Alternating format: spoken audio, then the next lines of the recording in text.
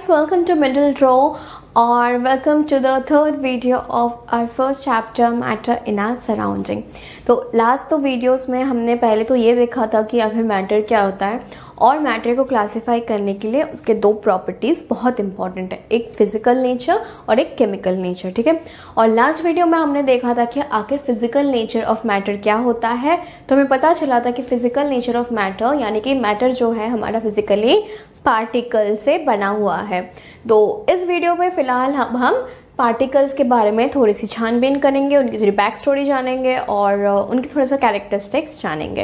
Back story तो exactly नहीं, but हाँ कैरेक्टरिस्टिक्स हम उनके जानेंगे। ठीक है, तो अच्छा, लास्ट वीडियो में मैं तुम्हें एक चीज़ बताना भूल गई थी, तो ये मत समझना कि मतलब भूल गई तो पढ़ाएंगे नहीं, जब भी याद आ जाएगा आपको पढ़ा दिया जाएगा, इसमें कोई इशू नहीं है। ठीक है, तो लास्ट वीडियो में आपको जो मैं चीज़ बताना भूल गई थी वो ये था कि पार्टिकल्स मैटर के, मैंने ये तो बोल दिया था कि मैटर जो है पार्टिकल से बना हुआ है, लेकिन आखिर उन पार्टिकल्स का साइज़ क्या है।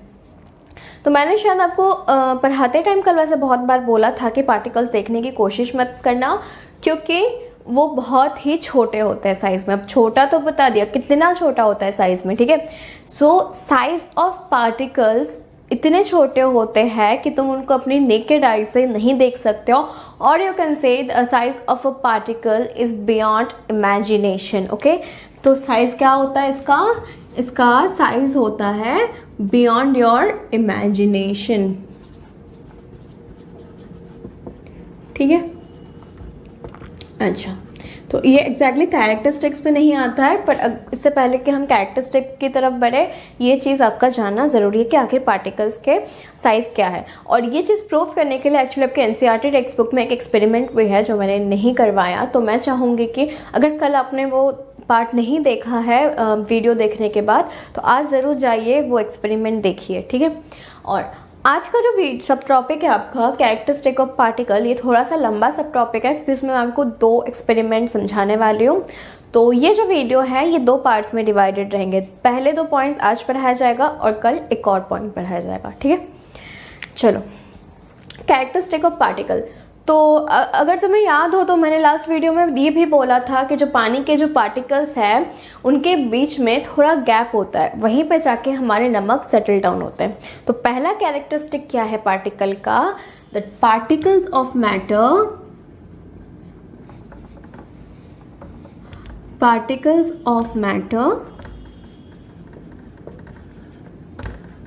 Have gaps between them. ठीक है, और ये हमने फर्स्ट एक्सपेरिमेंट में ही देख लिया था, तो इसके लिए हमें अलग सा कोई एक्सपेरिमेंट करने की ज़रूरत नहीं है।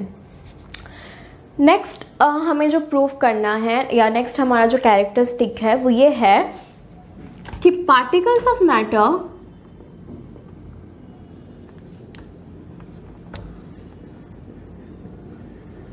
Are continuously moving. ठीक है, particles of matter are continuously moving. अब अगर तुम्हें ये पता करना है कि ये सच है झूठ है, तो हमें एक्सपेरिमेंट करना पड़ेगा। एक्सपेरिमेंट करने के लिए तुम्हें ज़्यादा कुछ करने की ज़रूरत नहीं है। इस बार भी तुम एक गिलास पानी लो, नॉर्मल टेम्परेचर का पानी लो। ठीक है, एक गिलास नॉर्मल टेम्परेचर का पानी लो और उसके अंदर तुम थोड़ी सी हनी मिक्स कर दो। ठीक है, थोड़ा सा तुम क्या मिक्स कर दो इसके अंदर, मिक्स हनी। ठीक है, और इस बार उस पानी में तुम बस हनी को डाल दो, उसको मिलाओ मत, उसको घोलो मत। ठीक है, उसको वैसे ही रहने दो। और कितने देर तक रहने दो, उसको 1 घंटे तक रहने दो। 1 घंटे बाद जब तुम जाओगे और उस हनी और पानी को नोटिस करोगे, तो तुम देखोगे कि थोड़ा सा हनी जो है ना वो पानी में मिक्स हो गया है, थोड़ा सा बाकी है। तो फिर तुम क्या करो, तुम 2 घंटे बाद जाओ। जब तुम 2 घंटे बाद उस हनी और पानी मतलब पानी और हनी के मिक्सचर को देखने जाओगे, तब तुम ये देखोगे कि जो हनी है वो अच्छी तरह से तुम्हारे वाटर में मिक्स हो चुका है। अब मुझे ये बताओ कि तुमने तो मिक्स किया नहीं, तो वो अपने आप बैठे बैठे मिक्स कैसे हो गया। बैठे बैठे मिक्स हो गया मतलब उसको, पहली बात तो ये है उसको हिलना पड़ा अपनी जगह से। अगर दो चीज़ें ऐसे, अगर तुम दो सॉलिड्स को रख दोगे ऐसे, तो क्या वो मिक्स हो जाएंगे? मतलब मान लो कि तुमने अपना स्कूल बैग तुम्हारा सॉलिड है, ठीक है, चेयर तुम्हारा सॉलिड है, अगर तुमने चेयर के ऊपर अपना स्कूल बैग रख दिया तो क्या वो आपस में मिक्स हो जाती है? नहीं मिक्स होती। लेकिन हनी और पानी के मामले में क्या हुआ, वो दोनों मिक्स हो गया। ये क्यों हुआ? क्योंकि उनके जो पार्टिकल्स है वो कंटिन्यूअसली मूव करते रहते हैं, ठीक है। पानी के जो पार्टिकल्स है ये भी कंटिन्यूअसली मूव करते रहते हैं इधर उधर इधर उधर होके, और ये जो पार्टिकल्स है ये भी मूव होते रहते हैं, ठीक है। जो हमारे हनी के पार्टिकल्स है वो भी मूव होते रहते हैं, और दोनों के मिक्स होने की वजह से, दोनों के मूव होने की वजह से क्या हो रहा है, हमारा हनी और जो हमारा वाटर है अच्छी तरह से मिक्स हो गया। नाउ कमिंग बैक टू अच्छा एक बात बताओ कि ये जो दो पार्टिकल्स मिक्स हुए हैं, क्या तुम्हारा इसमें कुछ हाथ था? नहीं था। तुमने क्या उनको घोला था? नहीं घोला था, ठीक है। तो अगर दो अलग अलग टाइप के पार्टिकल्स आपस में अपने आप मिक्स हो जाते हैं, ठीक है, तो उस प्रोसेस को हम बोलते हैं डिफ्यूजन। डिफ्यूजन, ठीक है। यानी कि अगर दो अलग अलग कोई भी प्रकार के अलग अलग पार्टिकल्स मिक्स हो जा रहे हैं और उसमें तुम्हारा कोई हाथ नहीं है, वो अपने आप मिक्स हो रहे हैं, तो उस प्रोसेस को हम बोलेंगे डिफ्यूजन। और जितना ज़्यादा पार्टिकल मूव करेगा, जितनी ज़्यादा पार्टिकल मूव करेगी, यानी कि उसकी स्पीड जितनी ज़्यादा होगी पार्टिकल के मूव करने की, उतना ही ज़्यादा हमारा डिफ्यूजन होगा। तो you can say speed of particle is directly proportional to rate of diffusion। Diffusion मतलब समझ गए ना? अगर दो अलग अलग टाइप के पार्टिकल्स अपने आप मिक्स हो जा रहे हैं तो उसको हम डिफ्यूजन बोलते हैं।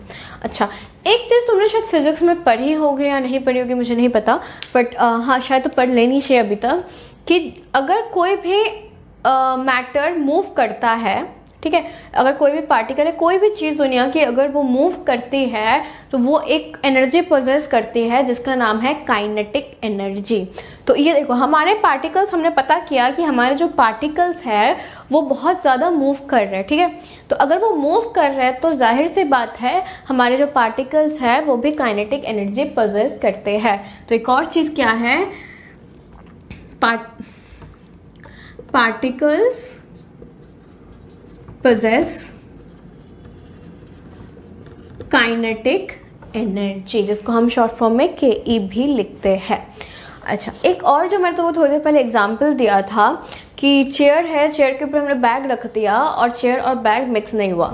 तो तुम्हारा ये क्वेश्चन भी हो सकता है कि दीदी सारी चीज़ें ही तो मैटर है, सारी चीज़ें तो पार्टिकल से बनी हुई है, तो सब भेदभाव क्योंकि पानी और हनी मिक्स हो गया और बैग और चेयर मिक्स ही नहीं हुआ। क्योंकि देखो, पानी और इसका जो एक्चुअली आंसर है आपको अपकमिंग क्लासेस में मिल जाएगा कि ऐसा क्यों हुआ। पर एक और चीज़ बोलना चाहूँगी कि जो सॉलिड के जो भी पार्टिकल्स होते हैं ना, उनका रेट ऑफ डिफ्यूजन बहुत ज़्यादा कम होता है, ठीक है। या फिर उनकी जो बोल सकते हैं कि उनकी जो स्पीड है पार्टिकल्स की, सॉलिड के जो पार्टिकल्स हैं उनकी जो स्पीड है वो बहुत ज़्यादा कम होती है इन कंपेरेटिव टू सॉलिड। और गैसेस में जो स्पीड ऑफ पार्टिकल्स है वो बहुत ज़्यादा होती है। तो गैस सबसे ज़्यादा डिफ्यूज़ होता है, उसके बाद सॉलिड, और उसके बाद लिक्विड, और कहीं जाके सॉलिड डिफ्यूज़ होता है, ठीक है। तो सारा खेल जो है हमारा स्पीड है पार्टिकल का। लिक्विड में स्पीड ऑफ पार्टिकल ज़्यादा है तो अच्छी तरह से हमारा मिक्स हो गया, गैस में और भी ज़्यादा है, सॉलिड में नेग्लिजिबल है, ये बोल सकते हो तुम। और जो भी चीज़ के अंदर स्पीड होती है या जो भी चीज़ मूव करता है वो क्या करता है, हमारा काइनेटिक एनर्जी पोजेस करता है। तो हम बोल सकते हैं कि हमारे पार्टिकल्स जो भी है वो भी काइनेटिक एनर्जी पोजेस करते हैं। सॉलिड के पार्टिकल्स भी करते हैं, बहुत कम काइनेटिक एनर्जी पोजेस करते हैं लेकिन करते हैं, ठीक है। अच्छा, एक और चीज़, ये तो हमने एक्सपेरिमेंट किया, इसी को लेके एक और एक्सपेरिमेंट करो। इस बार तुम क्या करो ना, इस बार तुम ये करो कि जो तुम पानी लोगे वो तुम गर्म पानी लो, ठीक है। एक्सपेरिमेंट सेम है, बस यहाँ पे जो तुमने रूम टेम्परेचर वाला पानी लिया था उसकी जगह यहाँ पे तुम हॉट वाटर लो। अब हॉट वाटर लो, उसमें तुम थोड़ा सा हनी मिक्स करो और छोड़ दो उसको, मतलब मिक्स करो मतलब डाल दो, बस मिक्स मत करना, घोलना मत उसको, और छोड़ दो। यहाँ पे तुमने देखा था जब तुम 1 घंटे बाद वापस आए थे जो नॉर्मल पानी का जो कंडीशन था उसमें जब तुम 1 घंटे बाद वापस आते तुमने देखा थोड़ा सा हनी शायद मिक्स हुआ था और थोड़ा सा नहीं हुआ था, और जब 2 घंटे बाद आए थे तब तुमने देखा था कि हनी पूरी तरह से अच्छे से मिक्स हो गया। पर अगर जब तुमने हॉट वाटर में हनी मिलाया, जब तुम 1 घंटे बाद आओगे वापस, ठीक है, तुम जब 1 घंटे बाद आओगे तो तुम देखोगे कि 1 ही घंटे में तुम्हारा हनी तुम्हारे पानी के साथ बहुत अच्छी तरह से मिक्स हो गया है। तो इसका मतलब क्या हुआ? इसका मतलब ये हुआ कि जब तुम्हारा पार्टिकल्स का टेम्परेचर हाई होता है तब उनकी स्पीड भी ज़्यादा होती है, ठीक है। यानी कि तुम ऐसे बोल सकते हो, higher the temperature of particle, ठीक है, higher the temperature of particle, higher is the speed of the particle, ठीक है। पार्टिकल का टेम्परेचर जितना हाई होगा पार्टिकल का स्पीड भी उतना हाई होगा, और अगर पार्टिकल का स्पीड उतना हाई होगा तो क्या होगा, रेट ऑफ डिफ्यूजन भी बहुत हाई होगा, यानी कि बहुत जल्दी वो घुल मिल जाएंगे आपस में बिना तुम्हारी मदद के। और ऐसा ही हुआ, जैसे हमने गर्म पानी लिया, पार्टिकल्स बहुत जल्दी मूव करने लग गए, उनकी स्पीड बढ़ गई, और स्पीड बढ़ने की वजह से वो बहुत जल्दी अपने हनी के साथ क्या हो गया, मिक्स हो गए। क्यों? क्योंकि उनकी रेट ऑफ डिफ्यूजन भी बढ़ गई टेम्परेचर बढ़ने की वजह से। अच्छा, अगर रेट ऑफ डिफ्यूजन भी बढ़ गई और स्पीड भी बढ़ गया टेम्परेचर बढ़ने की वजह से, तो इसका मतलब क्या है, उसकी काइनेटिक एनर्जी भी बढ़ गई। तो यहाँ पे हम एक और चीज समझ सकते हैं, temperature is directly proportional to speed, is directly proportional मतलब क्या, अगर टेम्परेचर बढ़ेगा तो स्पीड भी बढ़ेगा, और स्पीड भी बढ़ेगा तो हमारा रेट ऑफ डिफ्यूजन भी बढ़ेगा। डी लिख रही हूँ, डिफ्यूजन है वो, और रेट ऑफ डिफ्यूजन अगर बढ़ा तो हमारा काइनेटिक एनर्जी भी बढ़ेगा। और अगर मान लो टेम्परेचर कम कर दे, यही मैंने यहाँ पे कोल्ड वाटर लिया, ठंडा पानी ले लिया, तो तुम्हारा 2 घंटे में भी काम नहीं चलेगा, तुम्हें 3 घंटे लग जाएंगे डिफ्यूजन देखने के लिए, ठीक है। तो अगर मतलब ये कम हो गया टेम्परेचर, तो जो स्पीड है जिससे वो पार्टिकल्स घूम रहे हैं, वो स्पीड उन पार्टिकल्स की कम हो जाएगी। वो स्पीड कम हो गई तो रेट ऑफ डिफ्यूजन कम हो जाएगा, रेट ऑफ डिफ्यूजन कम हो गया तो काइनेटिक एनर्जी भी कम हो जाएगी, ठीक है। तो बेसिकली इस वीडियो के लिए हम सिर्फ यही 2 पॉइंट्स देखने वाले हैं, ठीक है।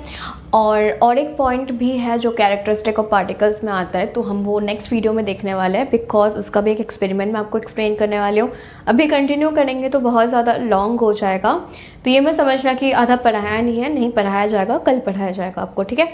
तो चलो अभी तक के लिए तो बस इतना ही था। तो मैंने जहाँ तक पढ़ाया है आपको जाके वहीं तक NCERT पढ़नी है, कुछ एक्सपेरिमेंट्स हैं उनके आंसर्स ढूंढने हैं। एक्सपेरिमेंट में कुछ समझ नहीं आ रहा, कहीं कुछ समझ नहीं आ रहा, तब हमें कमेंट सेक्शन में बता सकते हो, या फिर हमें इंस्टाग्राम में हमारे DM कर सकते हो। डिस्क्रिप्शन में हमेशा लिंक रहता है हमारे इंस्टाग्राम का। और हाँ, तो बस इतना ही, सारे आंसर्स ढूंढो। अगर हम रिप्लाई नहीं कर रहे, हमसे नहीं जानना है, तो आप नेट में भी ढूंढ सकते हैं, ऐसा कोई इशू नहीं है। तो चलो यार, ख्याल रखो अपना, आसपास बहुत घटनाएं घट रही है, तो चलो ख्याल रखो, बाय, टेक केयर।